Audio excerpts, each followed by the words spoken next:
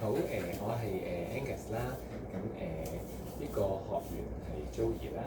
今日咧我嘅功課咧就係膝痛嘅，咁今日會做3個動作啦，去舒緩肌肉嘅問題啦，去處理膝痛嘅。咁咧第一個動作啦，咁就係股四頭肌啦。股四頭肌咧個位置咧就係喺大髀正前方，係啦，成條嘅。咁點解會膝痛咧？就有機會啦，呢個肌肉太緊啦，咁就會扯住膝頭哥嘅我哋叫上蓋啦，或者正膝頭哥嘅方向啦。咁所以我哋咧要舒緩佢嘅，係啦。咁方法啦，beginner 嘅可以用一個係啦平滑嘅 foam roller 啦。咁如果想再刺激啲咧，咁就用一個花生波。咁我哋就做一個平板嘅動作。咁用手去校翻個位啦。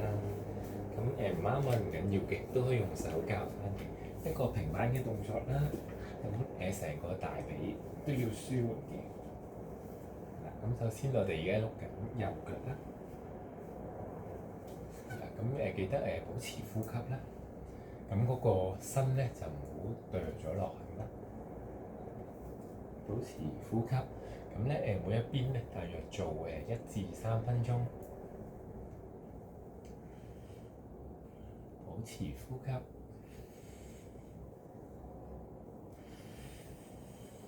咁尤其是咧近膝頭哥嘅位咧，就慢慢碌，係啦，碌多啲。如果嗰個位緊咧，就會扯得個膝頭哥再行啲嘅。好，咁我哋準備轉腳啦。5、4、3、2、1。好，我哋轉腳啦。咁今次就擺喺另外一邊啦。咁咧就舒緩呢個大髀，係啦，正前方嘅肌肉，係啦。咁我哋而家咧係 focus 喺股中間肌先嘅，係啦，都係保持呼吸啦。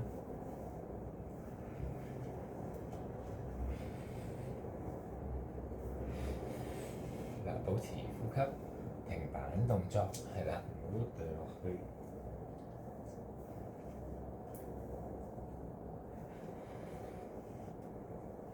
好啦，咁我哋最多5秒啊，5、4、3、2、1，係啦。咁除咗股中間肌咧，其實股內側肌啦同外側肌都要鬆嘅。咁首先咧，我哋做個股內側肌先。咁我哋嗰個擺法咧，都係擺落去啦。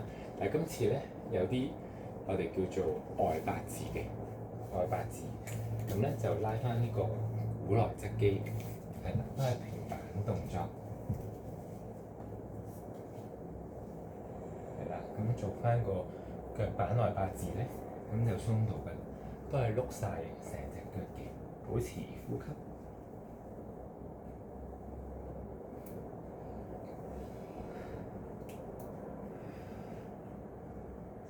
好啦，5、4、3、2、1，係啦。咁我哋轉腳啦，係啦。咁最緊要咧 set 好個陣先，set 好個架步先，係啦。咁記得做翻個外八字，咁一就鬆到個股內側肌㗎啦。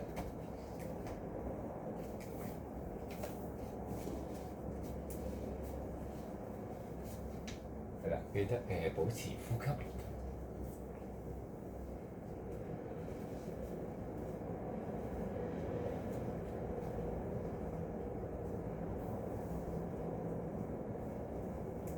記得咧每個部位咧就做1至3分鐘。咁我哋準備又轉腳，5、4、3、2、1。好，今次咧咁我哋就會腳板做一個內八字啦。咁咧我哋會鬆翻我哋嘅股外側肌嘅，係啦。咁腳板做外八字咧，咁就可以碌得到㗎啦。開始啦，都係碌晒成條嘅，係啦，做一個內八字，保持呼吸。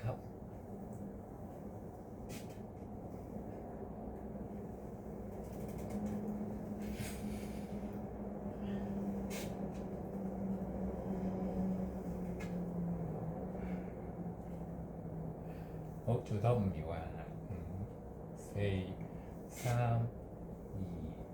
1，好，我哋轉腳啦。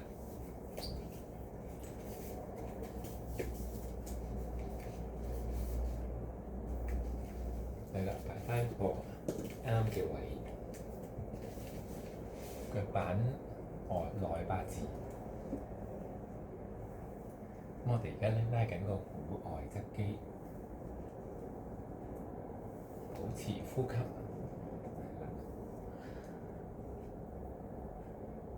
如果可以嘅，係啦，想刺激啲嘅，咁咧腳板可以唔掂地嘅。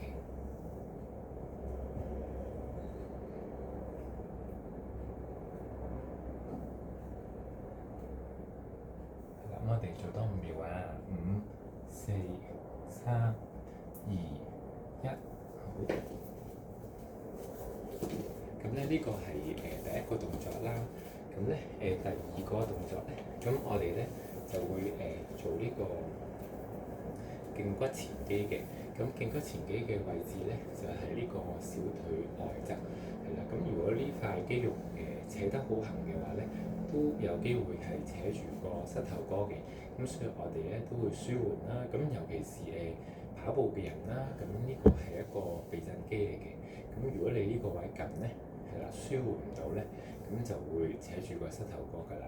咁我哋做嘅方法咧，就係會跪落去，都係嗰句啦，係啦。咁 beginner 就係個 foam roller 啦，想刺激啲就可以用一個大嘅花生波啦。咁我哋就跪落去做啦。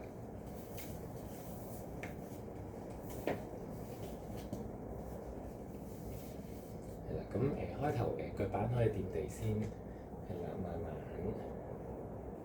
係啦，咁腳都係有少少，我哋叫呢個內八字嘅，咁咧就側側地放落去，咁咧就可以鬆到呢個脛骨前肌㗎啦。係啦，咁記得保持呼吸啦。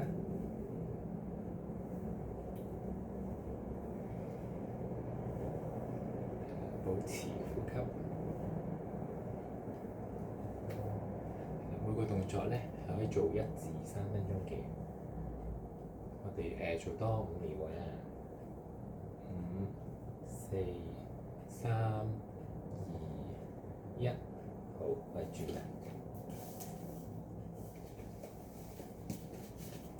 咁記得啦，咁嗰個腳板可以擺落去內八字啦，咁隻腳側側地擺落去啦，咁咧就碌到呢個脛骨前肌㗎啦。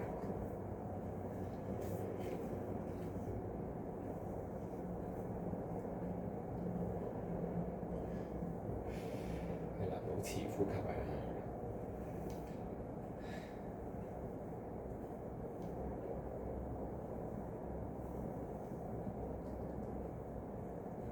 好，我哋做多5秒啊！5、4、3、2、1，好。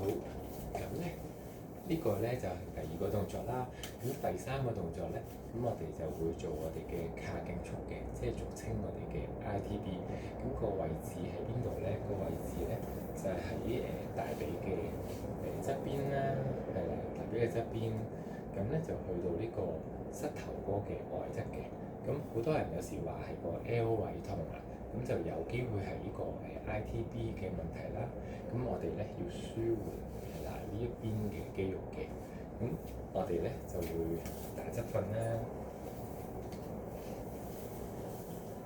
係咁，我哋會打側瞓。係啦，咁 beginner 嘅係啦，用個滑嘅 foam roller。fast 啲嘅可以用個花生波。咁開頭係啦，做一個側嘅平板，係啦。咁如果未得嘅，佢腳板可以喺地下先，係啦，慢慢夾翻啱個位，成條碌晒嘅，係啦，保持呼吸。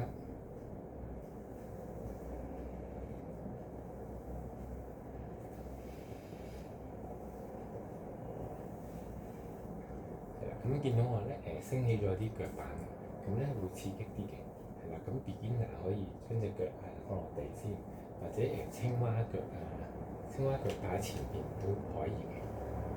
青蛙腳擺前邊都可以。係啦，咁如果覺得唔夠嘅，想刺激啲嘅，咁就可以兩隻腳伸起晒啦。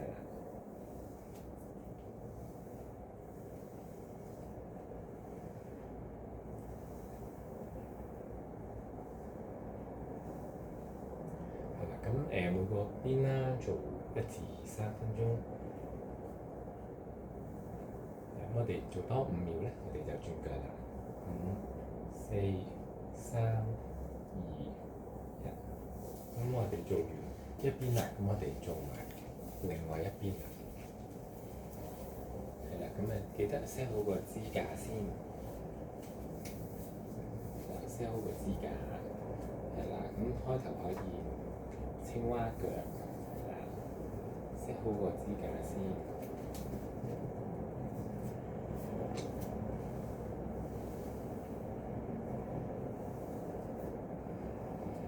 保持呼吸。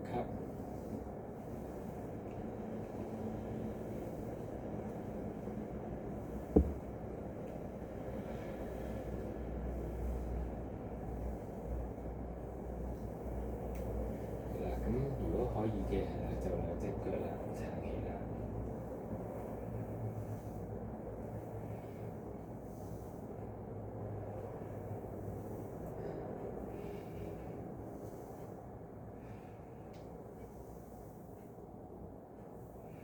好，做多5秒啊！5、4、3、2、1。